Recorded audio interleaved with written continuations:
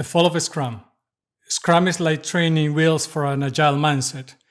Scrum is cancer. In today's video, let's talk about why Scrum has become problematic. So Scrum is one of the different methodologies to adopt Agile into your organization, and probably is one of the most popular ones. You probably have heard about it. Pretty sure that you have heard of the term Scrum Master. But Scrum has its set of problems and is not a perfect framework, like probably none of the frameworks out there are perfect either. But of course, due to its popularity, it has been very heavily used in many companies, and this of course has raised a lot of problems with the actual framework itself. Let's go through those ones. So let's start with maybe the most ironical one, is the lack of flexibility of Scrum.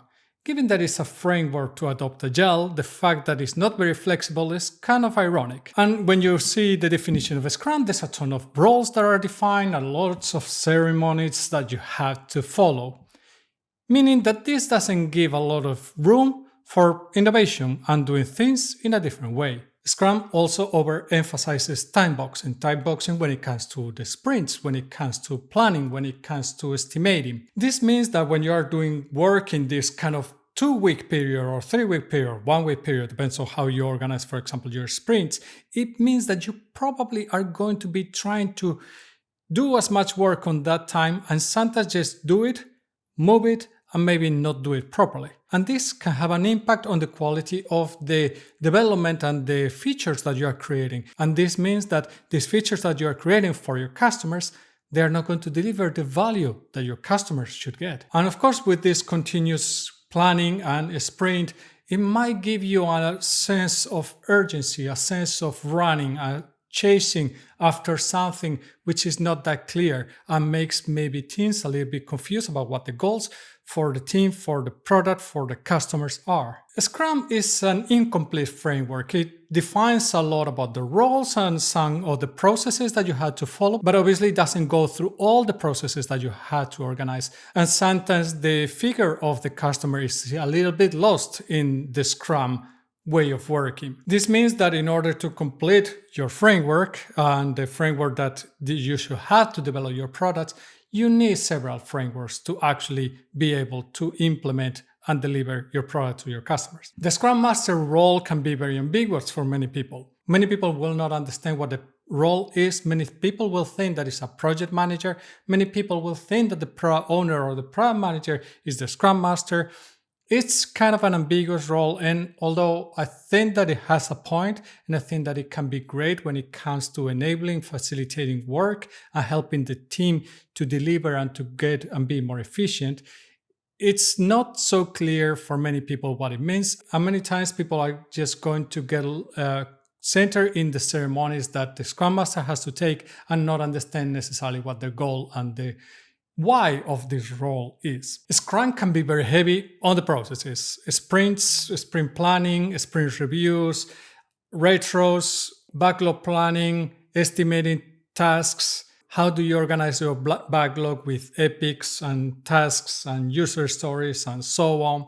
It's very heavy on the processes and the ceremonies, and it's something that people might think that we are spending most of our time in managing work than in actually doing work. Scrum really overemphasizes on velocity, and this is something that companies and sometimes Scrum Masters and team leads focus a lot and lose what the goal of a Scrum is. And sometimes they just focus too much on what the velocity of teams are, and they start comparing the velocity of different teams and why this team is faster than the other, when you really cannot compare the different velocities of different teams, because different teams are going to, first of all, estimate differently, and then they're going to perform and implement in different ways.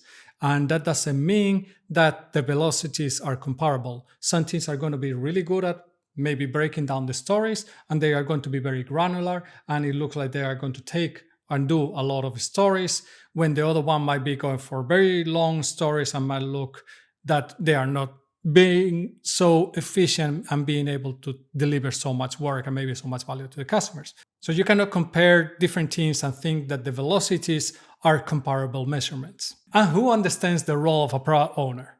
Many times when you ask people what a product owner is pretty much like a backlog manager, in some cases a project manager, that is just only hearing others what they had to do. They just kind of plan around it and try to do and then deliver and try that the team actually implements it.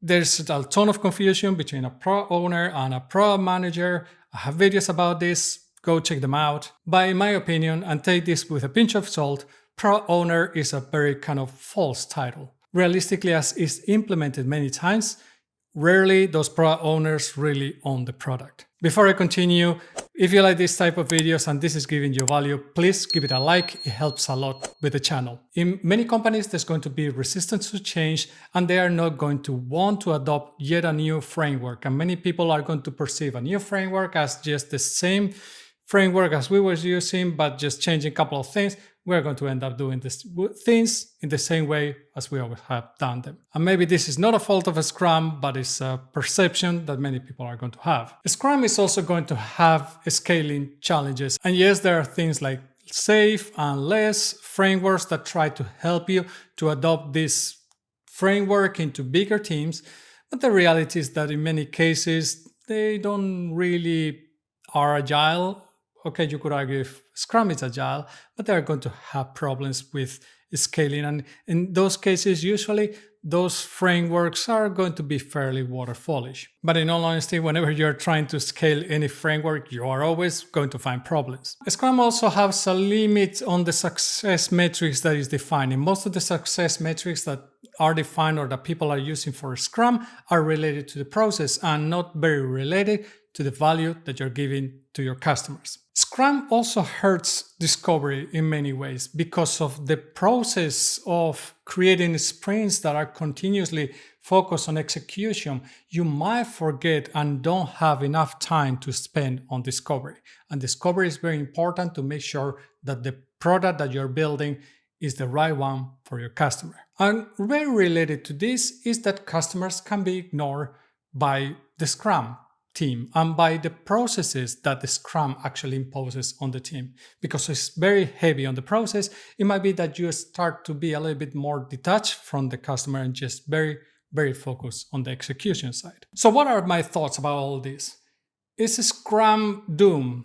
Well, I don't know. Scrum is still going to be around for years, the same way as waterfall is still around in many companies, even in tech companies. Even if you cannot believe that, there are many tech companies out there that are very waterfall in their approach. And yes, some people are going to say that Scrum itself is quite waterfallish, and to a certain degree, it helps people keep that perception or keep moving or having processes that are very waterfall in nature. I think that Scrum, as in many cases is adopted, is kind of not very agile, and that's a problem in my opinion. But I have to say that there are some concerns about a Scrum not being, for example, a complete framework. Those are not very valid from the point of view that there is not a single framework that is a full framework. All the frameworks every framework is going to focus on one thing. Design thinking focuses on design. Customer journey focuses more on the go-to-market. There's not going to be this framework that solves it all, no matter what people say. I think that the Scrum still has value, especially when you think about small teams, and especially with teams that can be quite junior. Teams that might not be good at taking ownership and that might not be very good at organizing their own work. I think that Scrum can give them a framework to work with. I think that if you have a very senior team, then you are better off with something like Kanban. And then again, as all the frameworks are frameworks. They are not a law and they are not scientific. You can take the parts that work and leave the parts that don't work and try to be more agile in the way of working and in the way that, hey, I will take some of the things that I think are working and I will try to be very flexible in others. So I keep the nature of trying to be agile within our company and our teams. So should you do a Scrum or you shouldn't? I think that, again, as I said, it depends a lot on the type of team that you have and how familiar you are with Agile.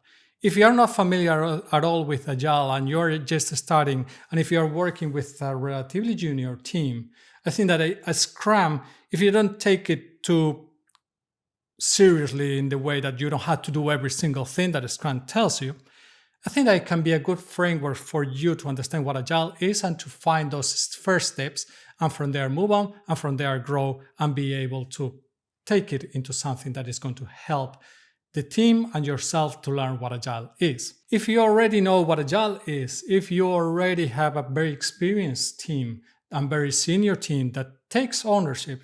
I earlier said that senior teams should use Kanban, but I actually should have said that teams that can take ownership of their job should use Kanban. And I think that in that case, you should focus into something more like a Kanban or maybe a more agile framework that is going to help your teams to actually move faster and not be so hindered, let's say, with the processes. So how about you? Are you using Scrum? Let us know in the comments below. Where do you think that Scrum is? Do you think it's useful? Do you think that it's completely useless nowadays? Where do you stand in this kind of drama of the Agile world? Let us know in the comments below. If you want to see a video why Agile fails in many companies, go check out this one here. I will see you in the next one, and remember, stay safe.